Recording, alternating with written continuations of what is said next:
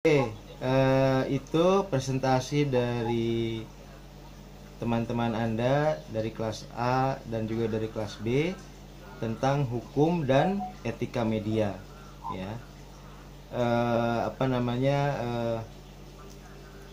Secara garis besar dijelaskan bahwa terdapat aturan-aturan atau rules dalam media massa, ya. Kita kenal misalnya undang-undang tentang pers, ya. Kemudian ada juga undang-undang tentang penyiaran, ya. Kalau pers itu lebih pada peraturan tentang pers secara keseluruhan, maka undang-undang penyiaran itu lebih ke media elektronik, ya. Dan tentu saja undang-undang tentang pers juga kemudian mencakup juga teknologi baru, yaitu internet, ya, media yang disebarkan melalui internet. Nah, dengan hukum aturan-aturan dalam penyiaran, dalam pers, ya, itu maka kemudian kehidupan pers itu dapat berlangsung dengan lebih sehat dan lain sebagainya. Berbagai pelanggaran terhadap aturan-aturan itu bisa dilakukan tindakan-tindakan hukum, gitu ya. Dan kemudian dari sisi etika, ya, karena kita malam ini membahas hukum dan etika media massa, maka Republik ini selain memiliki aturan hukum tentang pers tadi, pers dan juga penyiaran, ada juga tentang etiknya, yaitu kode etik jurnalistik, ya. Ada kalau tidak salah 9 poin tentang kode etik jurnalistik. Nah, terkait dengan kode etik jurnalistik ini akan kita bahas nanti pada sesi yang khusus tentang kode etik jurnalistik, ya. Oke, jadi malam ini kita sudah mempelajari bahwa pers, ya, yang terdiri dari pers cetak, pers elektronik, dan juga sekarang masuk pada pers internet, ya, itu sudah memiliki aturan-aturan, ya, yaitu undang-undang tentang pers, undang-undang tentang penyiaran, dan kemudian juga aturan tentang etik, ya. Karena walau bagaimanapun setiap tindakan insan pers itu harus dengan memperhatikan etika, ya. Harus dengan memperhatikan etika. Bagaimana berita itu diperoleh dan bagaimana berita itu disiarkan, misalnya, gitu ya. Kalau kemudian ada materi-materi dalam pers itu yang katakanlah dianggap salah oleh beberapa kalangan, maka kemudian ada cara-cara untuk menyelesaikannya, ya. Misalnya tentu saja masyarakat juga bisa melakukan protes, dan kemudian media juga harus menyediakan ruang bagi protes, bagi kemudian ketidakpuasan dan lain sebagainya. Nah, itu kira-kira kesimpulan yang dipaparkan oleh teman-teman Anda kelompok 5 dari kelas A dan kelas B. Oke, silakan bagi yang ingin mengajukan pertanyaan langsung aja dari kelas A dan kelas B sekaligus. Karena keterbatasan waktu, ya, kita akan dipotong oleh Google itu kira-kira jam 9 kita akan terputus. Silakan kalau ada pertanyaan terkait dengan regulasi dan etika, ya. Kalau ada pertanyaan misalnya apa sih bedanya regulasi dan etika, ya, sebenarnya dua-duanya yang mengatur, gitu ya. Baik itu hukum, ya, yaitu hukum undang-undang tentang pers atau undang-undang tentang media penyiaran, ataupun kode etik, itu dua-duanya itu mengatur. Nah, tetapi berbeda dalam cakupannya, ya. Kalau undang-undang tentu mengatur terkait hukumnya, kemudian kalau ada pelanggaran hukum seperti apa, gitu ya. Nah, sedangkan kode etik jurnalistik itu terkait dengan etika. terkait dengan bagaimana insan pers berperilaku, ya. Apakah melanggar norma gitu ya. Nah, ini. Jadi kalau etika itu lebih ke norma-norma gitu ya. Kita misalnya bangsa timur, apakah penyiaran produk pers itu melanggar norma-norma, atau misalnya misalnya melanggar, katakanlah adat istiadat gitu ya. Nah, itu biasanya diselesaikan dengan kode etik gitu ya, kode etik jurnalistik. Nah, kode etik jurnalistik itu pegangan bagi wartawan dari sisi norma-norma gitu ya, dari sisi etika dan norma. Sedangkan undang-undang baik itu tentang pers atau tentang penyiaran itu mengatur dari sisi hukumnya. Oke, silakan bagi yang ingin bertanya.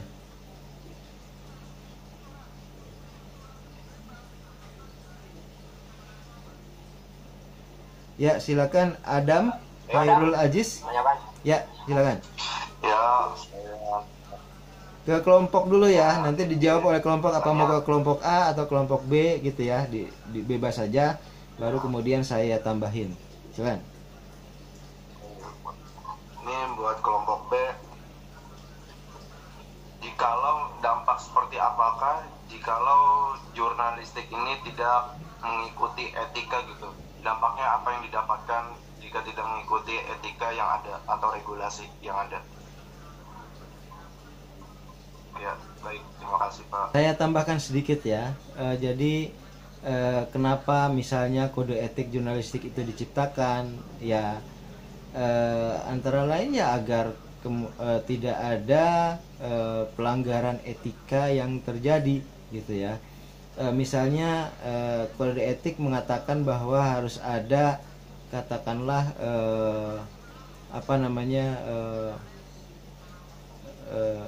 semacam persetujuan gitu ya dari orang yang diberitakan. Nah, kalau seandainya ada kesalahan dalam pemberitaan, tentu saja ada mekanisme-mekanisme untuk membenarkan pemberitaan tersebut dan menghilangkan kerugian dari orang yang diberitakan itu. Jadi berbagai aturan baik etika ataupun undang-undang tentang pers ataupun undang-undang tentang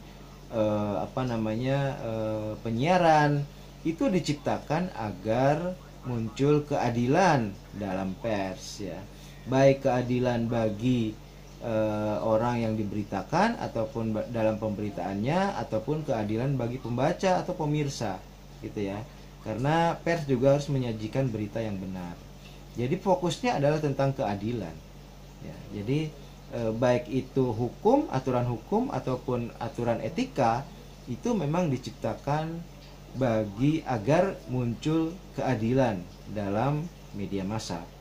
Tidak ada hal-hal yang merugikan ya bagi sementara pihak terkait dengan pemberitaan ya, terkait dengan tilikan-tilikan dalam media dan lain sebagainya. Jadi saya kira itu ya. Jadi untuk menciptakan keadilan, untuk menghindarkan tindakan-tindakan yang merugikan bagi pihak-pihak tertentu. Oke, saya kira itu tambahannya. Ya, silakan untuk atas tambahannya. Ya. Ya, apakah kalau melanggar etika itu sama saja dengan melanggar hukum? Gitu ya? Ya. Silakan. Ya, gitu. Betul. Itu jawaban dari saya, Pak. Ada tambahan mungkin? Oke, kalau ditanya apa bedanya misalnya etika dan hukum gitu ya. Nah, kalau etika itu kan lebih fokus pada perilaku kita gitu ya. Sedangkan hukum itu ya memang sudah terjabarkan secara positif gitu ya. Benar tadi kalau misalnya melanggar etika sebenarnya belum tentu melanggar hukum, tetapi kalau sudah melanggar hukum ya itu pasti secara etika juga salah gitu ya. Melanggar hukum misalnya memberitakan memberitakan seseorang tetapi dipenuhi kebohongan misalnya ya, tidak berdasarkan sumber yang benar, maka itu pelanggaran hukum sekaligus pelanggaran etika gitu. Sekaligus pelanggaran etika. Nah, tetapi ada juga misalnya berita itu sudah sesuai dengan fakta, tetapi misalnya melanggar etika ketimuran misalnya ya, melanggar etika kesopanan misalnya, atau katakanlah ada perilaku-perilaku yang tidak sesuai dengan adat istiadat, dengan norma gitu ya. Dan norma itu kan sesuatu yang berbeda misalnya di barat dengan di timur gitu ya. Apa yang di barat itu tidak masalah, di timur bisa bermasalah gitu. Nah, itu jadi etika itu lebih pada tata hidup, tata laku ya, norma dan lain sebagainya. Jadi itulah perbedaan dan persamaannya gitu ya. Persamaannya sama-sama mengatur tindakan manusia. Kalau misalnya hukum pers atau norma pers ya memang mengatur insan pers ya.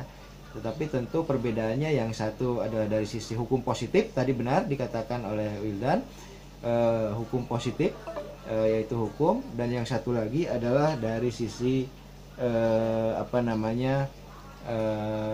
etika atau dari sisi tata laku ya. Oke, saya kira itu tambahannya. Oke, kita tinggal 10 menit lagi. Sudah ada peringatan ini dari YouTube ya. Oke, saya ini saja mungkin ke pertanyaan dari Pak Was itu ya, perbedaannya apa tadi? Hukum dan agama atau seperti apa tadi? Pertanyaannya Pak Was. Nah, Was, pertanyaan luas. Dalam perspektif agama aja Pak. Oke. Hukum itu, baik hukum ataupun moralitas itu merupakan hasil hukum atau moralitas itu merupakan hasil ekstraksi ya. Ekstraksi dari tingkah laku sehari-hari di suatu masyarakat gitu. Jadi kalau ditilik dari sisi agama, tentu saja agama bisa mewarnai baik hukum ataupun mewarnai etika gitu. Karena kita bukan negara agama tertentu, di negara kita bukan negara Islam, maka tentu saja aturan hukum dan etika itu tidak mendasarkan secara langsung misalnya pada Al-Quran gitu ya. Tetapi jangan lupa bahwa rakyat Indonesia itu, orang Indonesia itu orang yang beragama. Karena itu nilai-nilai agama itu akan selalu mewarnai baik aturan hukum ataupun etika dan tingkah laku gitu ya. Artinya apa? Artinya kalau Anda ingin misalnya nilai-nilai Islam itu diadopsi dalam hukum dan moralitas di negara kita, maka perjuangkan itu. Siapa pembuat hukum di Republik ini? Pembuat hukum di Republik ini adalah parlemen, DPR, wakil rakyat ya. Silakan perjuangkan ke DPR kalau misalnya nilai-nilai Islam ingin masuk ke dalam hukum, atau ke dalam hukum terutama ya, hukum positif. Nah, kalau ke dalam etika, moralitas, tentu saja itu sudah berlangsung dengan sendirinya sehari-hari gitu ya. Misalnya beberapa puluh tahun yang lalu perempuan itu cukup pakai kerudung. Kalau Anda lihat video-video tahun ya 70, 80 gitu ya, perempuan Islam itu rata-rata pakai kerudung. Dan kerudung itu tidak menutup secara keseluruhan rambut ya, kadang-kadang rambut perempuan juga masih terlihat dengan kerudung itu. Nah, tetapi kemudian seiring perkembangan zaman, kerudung kemudian berganti dengan jilbab yang lebih rapi dan tidak sehelai rambut pun terlihat. Nah, itu kan perubahan nilai-nilai agama ya pada etika dan moralitas gitu ya. Terutama ini pada norma-norma gitu ya. Nah, hal yang sama juga terkait dengan nilai-nilai pers ya. Kalau Anda ingin nilai-nilai Islam misalnya masuk ke dalam pers, misalnya dalam penyiaran gitu ya, bagaimana agar tayangan-tayangan di televisi itu tidak mengumbar aurat misalnya gitu. Ya, Anda perjuangkan secara hukum misalnya ke DPR agar kemudian dalam undang-undang ada tertera aturan seperti itu, atau juga misalnya secara moral ya misalnya dalam ceramah-ceramah gitu ya. Anda kan mungkin banyak sekali yang kemudian nanti akan menjadi mubalih ya, atau akan ceramah dari masjid ke masjid, ya itu kan bisa dilaksanakan di sana gitu ya. Jadi apakah nilai-nilai agama seperti ditanyakan Pak Was itu masuk dalam hukum dan etika pers? Ya ada mewarnai ya. Tetapi karena kita bukan negara Islam, maka tentu saja tidak secara positif misalnya ayat-ayat dalam Al-Quran masuk menjadi landasan dalam undang-undang tersebut, tidak. Karena kan kita di negara kita selain Islam juga ada Kristen, ada Katolik, ada Hindu, ada Buddha gitu ya, yang tentu saja akan menjadi pertentangan kalau kita akan memasukkan secara langsung ayat-ayat Al-Quran tersebut atau hadis dan lain sebagainya. Nah, tetapi secara nilai-nilai saya kira banyak yang masuk. Nilai-nilai keislaman itu baik dalam undang-undang tentang pers ataupun undang-undang tentang media penyiaran ataupun dalam kode etik jurnalistik ya. Jadi seperti itu Pak Was ya, karena kita bukan hidup di negara Islam, maka tentu saja tidak secara eksplisit ayat-ayat Al-Quran atau hadis itu bisa masuk ke dalam undang-undang ataupun kode etik, tetapi secara implisit pasti mewarnai ya, karena setiap perdebatan di DPR juga pasti diwarnai oleh kalangan-kalangan Islam ya, baik dari NU atau Muhammadiyah atau mungkin kelompok Islam lainnya ya. Sama halnya dengan orang-orang dari nilai-nilai dari agama Kristen dan Katolik, Hindu, Buddha, tentu saja ada yang masuk ke dalam undang-undang tersebut, meskipun tentu tidak secara vulgar ayatnya langsung ya. Saya kira itu Pak Was ya. Jadi karena kita adalah negara yang religius, maka tentu saja nilai-nilai religius itu akan mudah kita temui baik di undang-undang ataupun di kode etik ya, tetapi memang tidak secara eksplisit. Oke, saya kira itu ya tambahannya. Sudah hampir diputus ini oleh Google, jadi saya kira cukup. Terima kasih kepada kelompok yang presentasi baik dari kelas A, kelompok 5 kelas A dan kelompok 5 kelas B. Saya kira Anda cukup memberikan pencerahan dalam diskusi kita malam ini. Baik, saya kira cukup ya untuk pertemuan kita malam ini. Siapa? Cukup. Ya, terakhir tentu saja semoga pembelajaran kita malam ini bisa juga memberikan pencerahan dalam kehidupan kita ke depan. Baik, terima kasih. Saya tutup ya. Assalamualaikum warahmatullahi wabarakatuh. Waalaikumsalam.